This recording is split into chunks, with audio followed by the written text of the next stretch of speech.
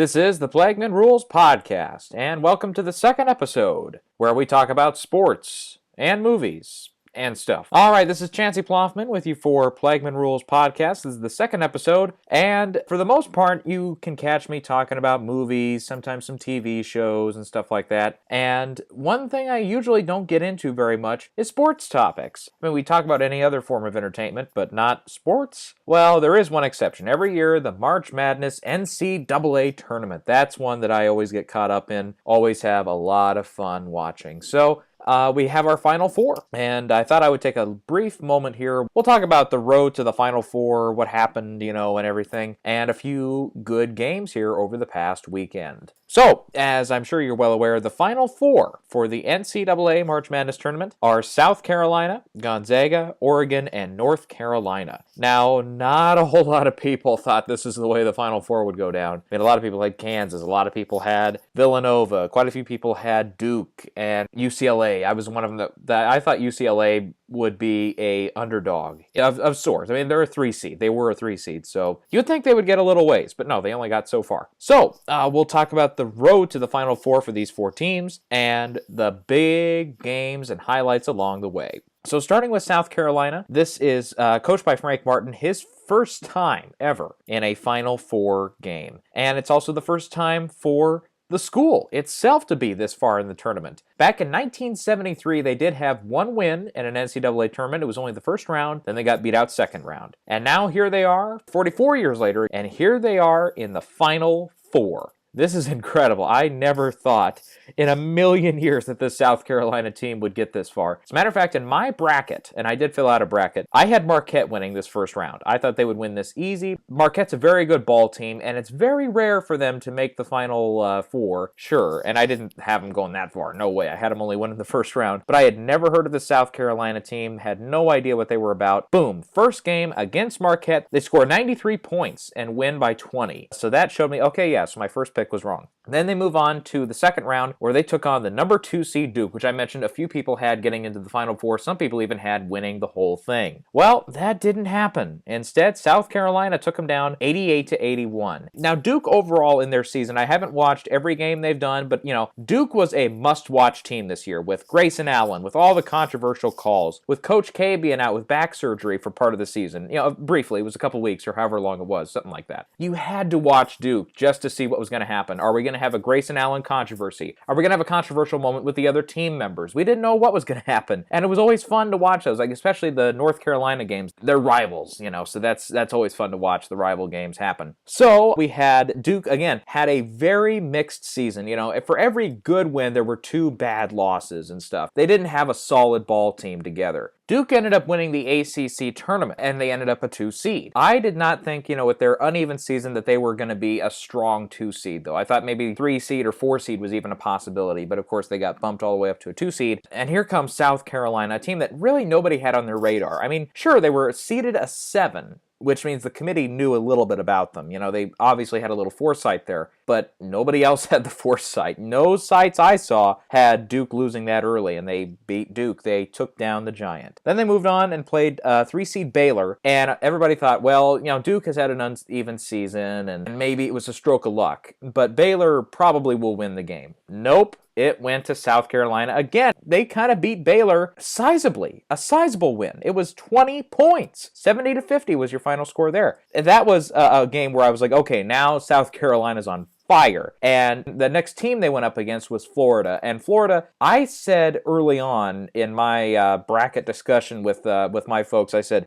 Florida is a team I'm not going to sleep on, because if they get into a rhythm, they get going, they're hard to beat. And it was their toughest match yet, for sure. They were outscored in the first half. It was a 7-point lead for Florida. And at that point, I'm starting to think, oh, well, that's a great run South Carolina's had to get to the Elite 8. I mean, that team had never done it. That school had never done it. The coach had never gotten that far, to my knowledge, at least. So, that's still a great victory for them to get that far. But then in the second half, they turned things up with an excellent defensive strategy and really a great second half to watch. Florida, in my opinion, one of the best 3-point shooting teams in the country, at least in my opinion. You might disagree with that. They went 0 for 20 on 3-pointers in the second half. and they just couldn't hit. And that's, I think, what helped South Carolina. Also, all of those defensive rebounds and the offensive rebounds that helped get points on the board. And points off of turnovers was significant for South Carolina. However, in the Final Four matchup, they are going up against the number 1 seed, Gonzaga. Zaga, in the meantime, we'll get into them now, they started out with an early victory here against number 16, South Dakota State. Now, sure, they were down 4 at halftime, but then in the second half, Gonzaga really turned it up and won by 20 points. The second round was a bit of a controversy. You had Northwestern, a team that also, like South Carolina, had never been in the NCAA tournament. They won their first round in a great match against Vanderbilt, arguably one that was one of the better games of the entire tournament, definitely one of the best round 1 games for sure. And they, in a controversial play that really should have been goaltending,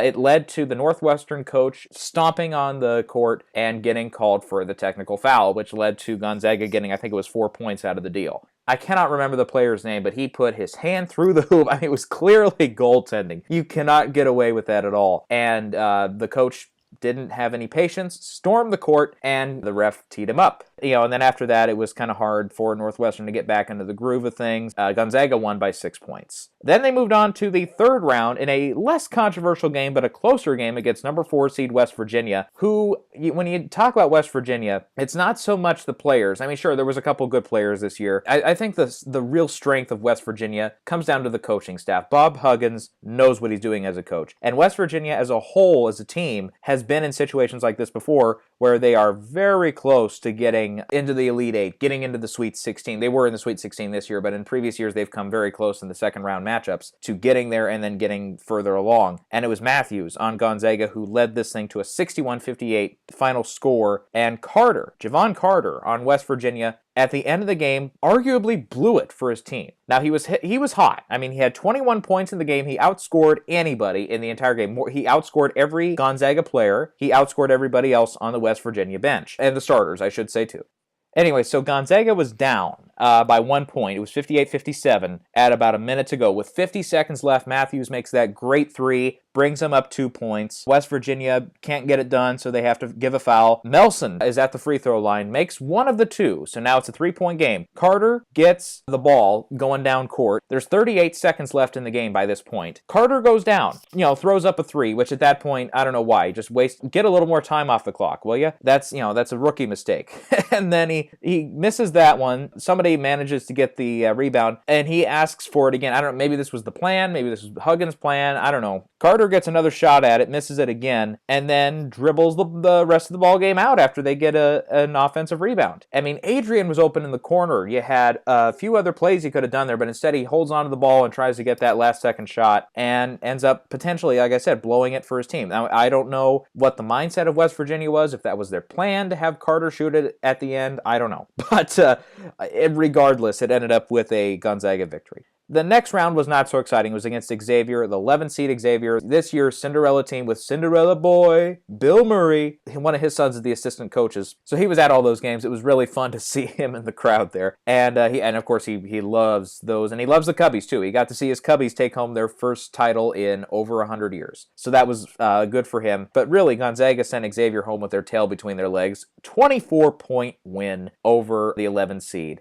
And that was one where just Gonzaga had all the three-point shooters. And that's the other thing. South Carolina as a team, they mainly work inside. They're all about the layups. They're all about those good jumpers. And they, for the most part, they make a lot of their shots. But Gonzaga, with their three-pointers, with their two-pointers, inside the lines and outside the lines, they know how to shoot. They know how to win ball games. So I do have Gonzaga, by the way, in my bracket, winning the whole thing. So I'm going to be rooting for them because there's still a possibility I win my pool in this thing. Not a high possibility, but it's a possibility still. But I really hope Gonzaga wins that game. It will be an exciting one to watch, though. Not as exciting, though, as the other matchup, which is going to be Oregon against North Carolina. So Oregon has had an interesting story here. Their story really begins before the first round began. Chris Boucher, I believe that's how you pronounce it. I don't live in Oregon, and I didn't follow him very well through the regular season. But I believe that's his name. Chris was out with a torn ACL before the first game began, and he was one of their key players. Not their best player, not, a player who's going to make it or break it for them, but a player that definitely helps them. They still managed a 16-point victory over Iona. in the first round. And Iona, it was a high-scoring game, 93-77. So even though, sure, Oregon made all their shots, and they made everything that they could, Iona put on a little bit of pressure to them. Second round was against a very good Rhode Island team in a 3-11 matchup. Oregon ended up winning by 3. That was a much closer game. Then you had Michigan against Oregon. That was another one where Michigan basically dribbled it out. They had every opportunity to drive in. Michigan won the Big Ten tournament leading up to the March Madness. You had Derek Walton Jr. as the player for Michigan who had the ball. He had 15 seconds to go. It's 68-69, which ended up being the final score, but in favor of Oregon. So all you have to do if you're Michigan is get down and score a layup. Just get a layup. Don't worry about your three-point shots. Just get a layup. So what does he do? He goes down and dribbles it out. Basically, he waits for that last-second three-point shot for no goddamn reason. And he totally blew that game for him. Arguably, Carter did the same with his game, but this is one, it's almost undeniable that this one, if Walton had just drove in, gotten in that layup, or been fouled and went to the free throw line, there's a very high possibility he could have won that game for Michigan. And at that rate, when there's only a few seconds left, sure, you want to waste a little bit of time, but you can't waste the amount of time he did. He didn't get a shot off until there were 3 seconds left. Take a little bit more time, and just have a good defense, and you'll still win the game. So that was one where Oregon won in a nail-biter there, but still they ended up with a victory there. So then they move on to their fourth round in the Elite Eight game. They took on the number 1 seed Kansas. I know a lot of people who had Kansas winning this whole game, this whole tournament, this whole shebang, whatever you want to call it. I know a lot of people that like Kansas, and overall Kansas was winning their games by a large margin. Like they had them going up against a very good Michigan State team in the second round, and they crushed them. It was a 30-point game. You had all sorts of good stuff going on for Kansas, but it was a very surprising turn of events for Oregon because you had Mason and Jackson, 2 key players for Kansas, missing every shot they took in the first half. They had 0 points for the first half. And it was about 14 minutes to go in the game before Mason made his first points. And it was about a minute or so later, Jackson finally made his first points. But overall, they just did not have their A game. And Oregon ended up winning 74-60. So now they're going to take on North Carolina. North Carolina, in the meantime here, has also had a couple of close calls in the NCAA tournament. They started out against number 16 seed Texas Southern in the first round, won by 39 points. Maybe not the largest margin this year, but one of the best in the NCAA tournament. Then they went up against Arkansas and won by 7. And Arkansas was a good team. At number 8 seed, they might have been a little underranked there. They probably could have been a little higher there. A very good team, won by 7. They gave North Carolina some struggles. Then they went up against Butler in the third round. Not so much a struggle there. They won by 12 points. Butler, in my opinion, probably should have been a little lower than a 4. But then they went up against Kentucky in Sunday's matchup. That was one for the books. Kentucky, by the way, had won against UCLA, who I had in my championship game, losing to Gonzaga, so that hurt my bracket pretty bad. But you still had Kentucky getting a great win over UCLA and really saying, no, we're here to stay. And that was, by the way, they were playing in Memphis, pretty close to home there for Kentucky. It is a good matchup to see North Carolina and Kentucky go up again.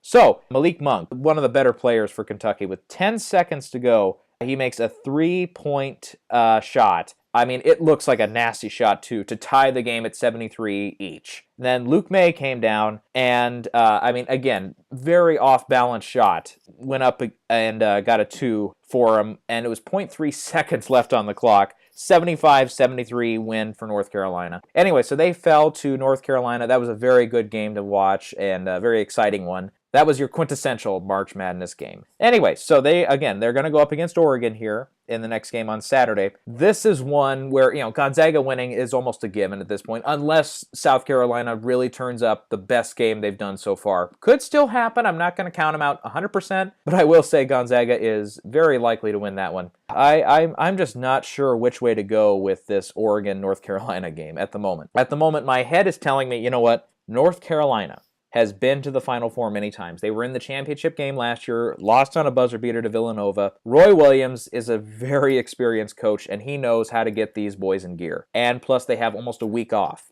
from that last game against Kentucky. And then you have Oregon, coached by Dana Altman. That's his first time in the Final Four, And it's the first time that Oregon has been in the Final Four since 1939. They went on to win the whole thing that year. Maybe they'll do so again this time. Who knows? They have built up the momentum. They are the team to root for, especially if you're a person who, like, and this is really what I identify as in this case, where if your bracket's already busted, go for the underdogs. That's what I do. Go for the underdogs because there's nothing more likable, nothing better than watching that underdog come back and win and really do some damage to the number one seeds, because sometimes number one seeds are overrated. In the case of North Carolina, they're a great ball team, and they really have a lot of great players on their team that know what they're doing. And so in this case, my head says go with North Carolina because of the experience. My gut feeling says Oregon is going to win. We'll see what happens.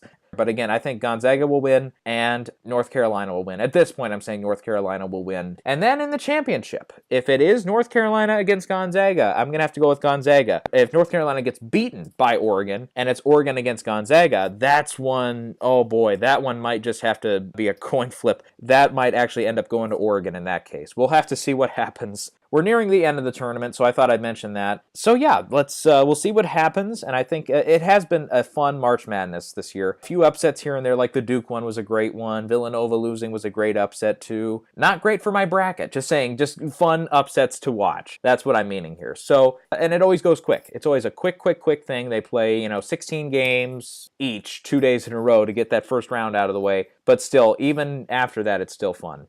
Okay, so now we're going to move on to a topic that you mainly hear me talk about, that's movies. So let's get into it here. We had the weekend box office report. Now, this weekend we had the opening of Power Rangers, Life, and Chips. 3 movies that I have not seen. I had a review in the last podcast for Beauty and the Beast, which if you listen to that one, you'll hear that I liked the movie. It's not perfect. I gave it an 8 out of 10. It's still a good movie. But yeah, it's not as good as the animated film. It's got weak spots here and there. But overall, it's a fun time. It fell 49% its second weekend. That's pretty good. And this is just based off the weekend estimates. We don't have the final numbers yet, so it might go up, it might go down a couple million. And it's got 88.3 million at this time, the 4th best second weekend of all time. That's a phenomenal result for Beauty and the Beast and for Disney. And of course now, they're trying to fast track their Dumbo remake, probably get more steam on the Cruella movie they're doing. Probably a little more steam on stuff like The Little Mermaid. I think they'll try to get all of those early 90s animated films remade quickly. Mulan is one they're moving on pretty quick here. So yeah, I think their ultimate plan is to kind of have this be almost like an extended universe kind of thing, kind of like what Marvel has, what DC's doing and stuff, except, it's just live action remakes. So, after the Jungle Book last year had a $100 million opening, Beauty and the Beast had $174 million last weekend. Incredible results. If it's working for them, it's working for them. If they're great movies, even better. So then you had Power Rangers opening with 40.5 million its opening weekend. I'll tell you what, for a movie that the ads and the trailers, which I saw, I was not a fan of the ads or the trailers.